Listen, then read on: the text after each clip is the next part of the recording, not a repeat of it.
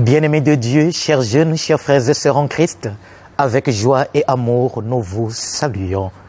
Un petit partage autour des textes bibliques qui nous sont proposés ce dimanche 9 mai 2021, 6e de Pâques. La première lecture nous vient du livre des Actes des Apôtres, le chapitre 10, les versets 25 à 26, 34 à 35, 44 à 48. Pour la méditation, nous avons l'extrait du psaume 97. La deuxième lecture, Saint Jean va nous accompagner avec sa lettre, toute première lettre, le chapitre 4, du 7e au 10e verset. Pour l'évangile, nous avons Saint Jean, le chapitre 15, du verset 9 au verset 17. Chers frères et sœurs en Christ, qu'est-ce que nous pouvons retenir pour notre petite méditation? Eh bien, comme d'habitude, je nous propose un petit thème. Dieu est impartial. Dieu est impartial. Son amour est universel. Eh bien, pour mieux saisir ces thèmes, bien-aimés de Dieu, comme d'habitude, je nous propose 3 petites pistes que chacun pourrait après approfondir. La toute première piste, c'est celle que nous avons intitulée « L'amour de Dieu est pour tous. Il est impartial. » Oui, l'amour de Dieu se veut universel. Et il est universel. Il se communique à tout le monde. Bien-aimés de Dieu, en regardant les textes qui nous sont proposés aujourd'hui, le maître mot qu'on peut effectivement mettre en relief ou au cas contraire faire ressortir comme étant le mot phare, c'est amour. L'amour, oui. Regardons un peu la première lecture. Dans la première lecture, Saint Pierre nous livre une très grande vérité. Que dit Saint Pierre? En vérité, je le comprends, Dieu est impartial. Il accueille, quelle que soit la nation, celui qui le craint et dont les œuvres sont justes. Alors là, bien-aimés de Dieu, on a une très grande vérité. Dieu est impartial. Il accueille tout le monde, quelle que soit la nation. Celui qui le craint et celui qui s'est conduit justement à sa place auprès de Dieu. Il s'est bien passé quelque chose pour que Pierre arrive à dire cela. Car le texte nous fait dire qu'il est allé chez Corneille. Ce Corneille est un païen, mais qui craint l'Éternel. Mais qu'est-ce qui s'est passé? Eh bien, bien-aimés de Dieu, nous sommes au chapitre 10, à partir du verset 25, le texte d'aujourd'hui. J'aurais bien voulu que nous essayions de trouver le temps et reprendre les 24 premiers versets, c'est-à-dire le même chapitre 10, du 1er au 24e verset, car là, nous avons le nœud de la question ou du problème. Qu'est-ce qui se passe? Pour faire simple, Corneille, ce centurion, et on pourrait dire effectivement ce soldat romain, a eu une vision. Lui qui est un païen, il a eu une vision. L'ange du Seigneur qui lui fait dire « Fais venir Pierre chez toi ». Et en se réveillant, il envoie ses serviteurs aller chercher Pierre parce que l'ange du Seigneur lui avait effectivement indiqué là où il se trouvait. Le désir est celui de rencontrer le serviteur de Dieu. Le désir est celui de se confier à Dieu. Le désir est celui de se disposer à l'Éternel. Lui qui est païen, il sent en lui ce grand désir. Et Dieu se manifeste chez ce monsieur. Au même moment, pendant qu'effectivement ses serviteurs sont allés chercher Pierre, Pierre, là où il se trouvait, a aussi une vision. Et quelle est la vision de Pierre? Nous connaissons bien évidemment ce passage. Pierre a faim. Et en attendant, n'est-ce pas, qu'on lui prépare quelque chose à manger, qu'est-ce qui se passe? Eh bien, il rentre en extase. Et on lui présente devant lui plusieurs aliments. Et Pierre refuse de le manger. Pourquoi? Parce que la tradition juive, elle les lui interdisait. Il ne pouvait pas manger ces aliments-là parce que dans sa tradition, c'était des aliments impurs. Et Dieu lui fait comprendre que ce n'est pas à toi de déclarer qui est pur ou qui ne l'est pas. Ce n'est pas à toi de dire que cet aliment est pur ou il ne l'est pas. C'est à moi. Mais là encore, Pierre ne comprend rien. Et voilà que les amis de Corneille arrivent. Ils viennent parler avec Pierre, et ils lui font, n'est-ce pas, le compte rendu. Et après un certain moment, ils partent avec lui. Et lorsqu'ils arrivent chez Corneille, eh bien, c'est en ce moment-là que Pierre comprend. Puisqu'il sait bien qu'il ne peut pas rentrer chez un païen. Et c'est ce que le texte nous va nous révéler, puisqu'il va même dire cela. Je ne peux pas rentrer chez toi. Rappelons-nous, Jésus lui-même a été effectivement aussi indexé lorsqu'il mangeait avec les païens, des gens-là qu'on considérait comme étant éloignés ou écartés de la grâce de Dieu. Et quand Pierre arrive, en découvrant effectivement cet homme, en rencontrant cet homme et en écoutant tout ce que cet homme lui a dit et la vision qu'il avait eue, Pierre comprend alors sa propre vision, si bien qu'il arrive à faire cette déclaration que nous avons écoutée dans la première lecture. Dieu ne fait pas de différence, il est impartial. Et donc, dans la vision de Pierre, où Dieu est en train de lui dire de ne pas juger impur ce que lui, il a jugé pur, Pierre finit par comprendre que ce n'est pas à nous de condamner. Ce n'est pas à nous de juger des gens qui le sont justes ou qui le sont impurs. Cela revient à Dieu. Moralité que le Seigneur nous donne. Dieu seul est capable de nous révéler le bon chemin pour pouvoir entrer dans ce qui fait sa gloire ou ce qui fait notre bien, à savoir l'amour pour tous. Lorsque nous sommes capables d'accueillir même ceux-là qui ne font pas partie de notre église, qui ne font pas partie de nos cercles, qui ne font pas de nos familles, alors nous rentrons dans le cœur de Dieu. L'amour de Dieu est universel, car Dieu veut que tous les hommes soient sauvés et parviennent à la connaissance de la vie éternelle. 1 Timothée 2, verset 4. Et là, nous avons une vérité, chers frères et sœurs en Christ. Là, nous avons une grande vérité pour nous aujourd'hui, qui sommes quelquefois tentés à vouloir stigmatiser les gens, écarter les gens, à nous croire des purs et à penser que ceux qui prient de l'autre côté ou ceux qui ne sont pas avec nous ne le sont pas. Dieu seul est capable. Dieu seul. Et il dit bien que son amour est pour tous. Et d'ailleurs, tous les textes bibliques abondent dans ce sens pour nous faire comprendre que l'amour de Dieu est universel. L'amour de Dieu n'écarte personne. D'ailleurs, regardez bien le psaume qui nous est proposé aujourd'hui, le psaume 97. Que dit ce psaume ? Le Seigneur a fait connaître sa victoire et révélé sa justice aux nations. La terre tout entière a vu la victoire de notre Dieu. Israël est le peuple choisi, oui, mais Israël découvre que par lui, Dieu veut se faire connaître à tout le monde. Le salut de Dieu est universel. Le salut de Dieu est pour tous. Et Jésus nous le dira même.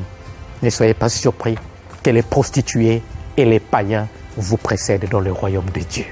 Tous ceux-là qui craignent l'Éternel, tous ceux-là qui sont capables d'adorer en vérité leur Dieu, eh bien, ils ont le salut. Qui es-tu pour vouloir juger?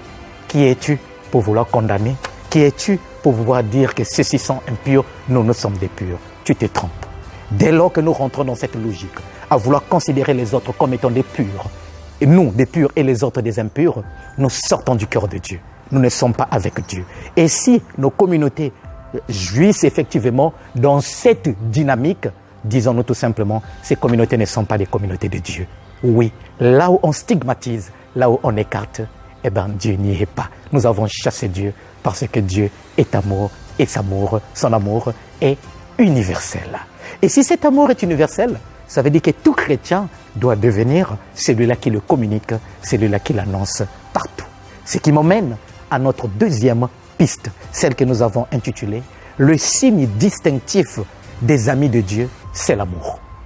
Le signe distinctif des amis de Dieu, c'est l'amour. Bien-aimés de Dieu, si donc notre mission est d'annoncer l'amour universel de Dieu, cela revient à dire que l'esprit que nous avons reçu le jour de notre baptême nous emmène à découvrir que cet amour de Dieu est capable de rentrer même là où nous ne voulons pas. Nous l'avions vu tout à l'heure avec Corneille. Pierre nous l'a rappelé. Et donc, Dieu qui est amour, Dieu qui est vie, veut communiquer cela à tout le monde. Chrétiens que nous sommes, notre mission est donc de devenir la lumière, le reflet de cet amour.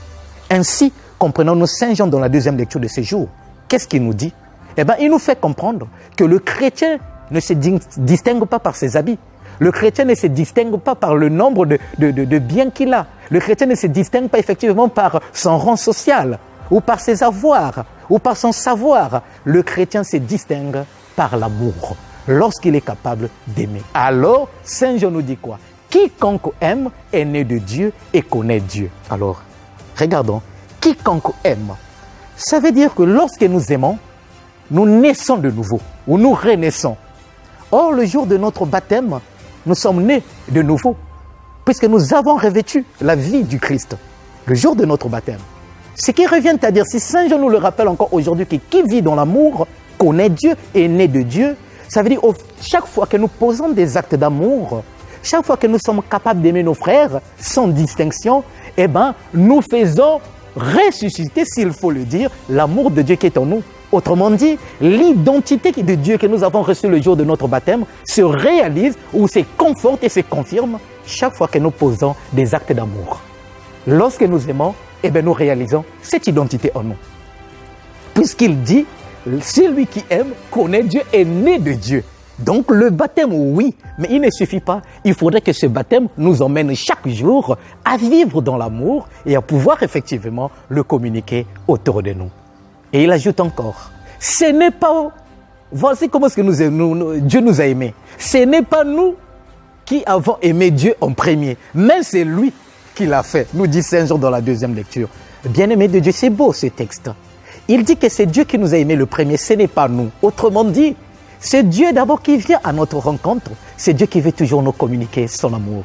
L'amour recherche toujours le bien de l'autre. Dans l'amour, l'autre est premier et non nous. L'autre compte d'abord. Et c'est très beau de découvrir cela aujourd'hui. Et là, cette parole est en train de nous rappeler que nous ne devrions pas normalement en tant que chrétiens dire « J'attends qu'il vienne me demander pardon parce que c'est lui qui m'a offensé. » Au cas contraire, dans un couple, que l'un des conjoints puisse dire que non, moi je ne voudrais pas effectivement rentrer dans sa dynamique, mais j'attends, puisque c'est lui qui m'a offensé, qu'il vienne me demander pardon. Dans l'amour, on n'attend pas que l'autre vienne. Que tu aies raison ou non, fais le premier pas. Va rencontrer l'autre. Communique avec lui. Piste et dernière que je nous propose pour notre méditation, c'est celle que nous avons intitulée « Bien-aimé de Dieu, qui vit dans l'amour, communique la joie et reçoit cette même joie. » L'amour procure la joie. Parce que l'amour ne cherche que à se donner, à faire vivre l'autre. Et en donnant la vie à l'autre, nous-mêmes, nous la recevons. Dans l'Évangile, le Seigneur nous fait comprendre, vous êtes mes disciples, vous êtes mes amis, si vous demeurez dans l'amour. Autrement dit, le chrétien, comme nous l'avions rappelé tout à l'heure, ne se distingue que par l'amour. Et donc le chrétien peut aussi devenir celui-là qui peut dénicher la présence de Dieu. Là où il y a les gestes d'amour, là, Dieu est présent. Et donc il découvre que lorsqu'il manque des petits gestes d'amour, Dieu n'est pas, Dieu est absent. Alors j'ai dit tout à l'heure que dans notre troisième piste, il est question de voir que l'amour produit la joie et l'amour nous conduit, n'est-ce pas, à communiquer la joie. L'amour se donne. Jésus dit encore dans l'évangile d'aujourd'hui, il n'y a pas de plus grand amour que de donner sa vie pour ceux qu'on aime. Celui qui aime, donne. Celui qui aime est capable de se dépenser. Le Christ l'a fait en s'offrant sur la croix. Il est mort sur la croix pour que nous ayons la vie. Il est certain qu'il ne nous demande pas d'aller effectivement nous faire ressusciter, mais apporter nos croix de chaque jour, car il y a plusieurs croix effectivement existentielles que nous rencontrons chaque jour. Chaque fois que nous sommes capables de braver des interdits, des difficultés, les souffrances de la vie pour pouvoir aider l'autre, pour pouvoir aimer, pour pouvoir montrer à l'autre que Dieu t'aime, Dieu te veut, eh bien nous sommes en train de réaliser ce commandement du Christ.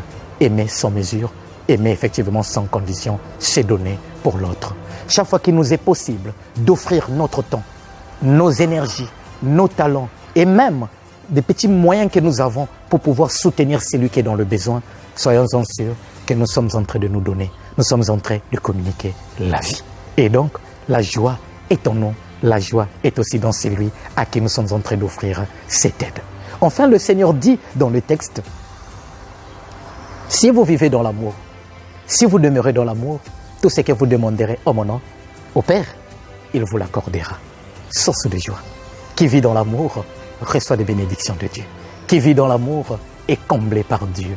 Qui vit dans l'amour, tout autour de lui, il n'y a que vie, il n'y a que paix, il n'y a que bonheur, il n'y a qu'effectivement sainteté. Bien-aimés de Dieu, demandons donc à Jésus lui-même de nous aider pour que notre vie devienne le reflet de cet amour. Cet amour qui ne fait pas de différence, cet amour qui se communique chaque jour, cet amour qui est capable de se sacrifier pour que les autres aient, s'il faut le dire, le minimum pour mener à bien leur vie. Car si nous continuons à construire des murs, soyons-en sûrs que nous serons en train de nous éloigner de la grâce de Dieu. Si nos prières peut-être ne sont pas exaucées, posons-nous la question, si nous demeurons dans l'amour. Puisque le Seigneur dit, si vous restez dans cet amour, tout ce que vous demanderez, il vous sera accordé. Alors, construisons des ponts pour que l'amour de Dieu se répande. Ainsi, sa joie sera parfaite en nous et en ceux qui sont autour de nous, comme nous l'avions senti dans la première lecture de ce jour. Que Dieu vous bénisse, que Dieu vous comble, que Dieu vous protège. Ciao.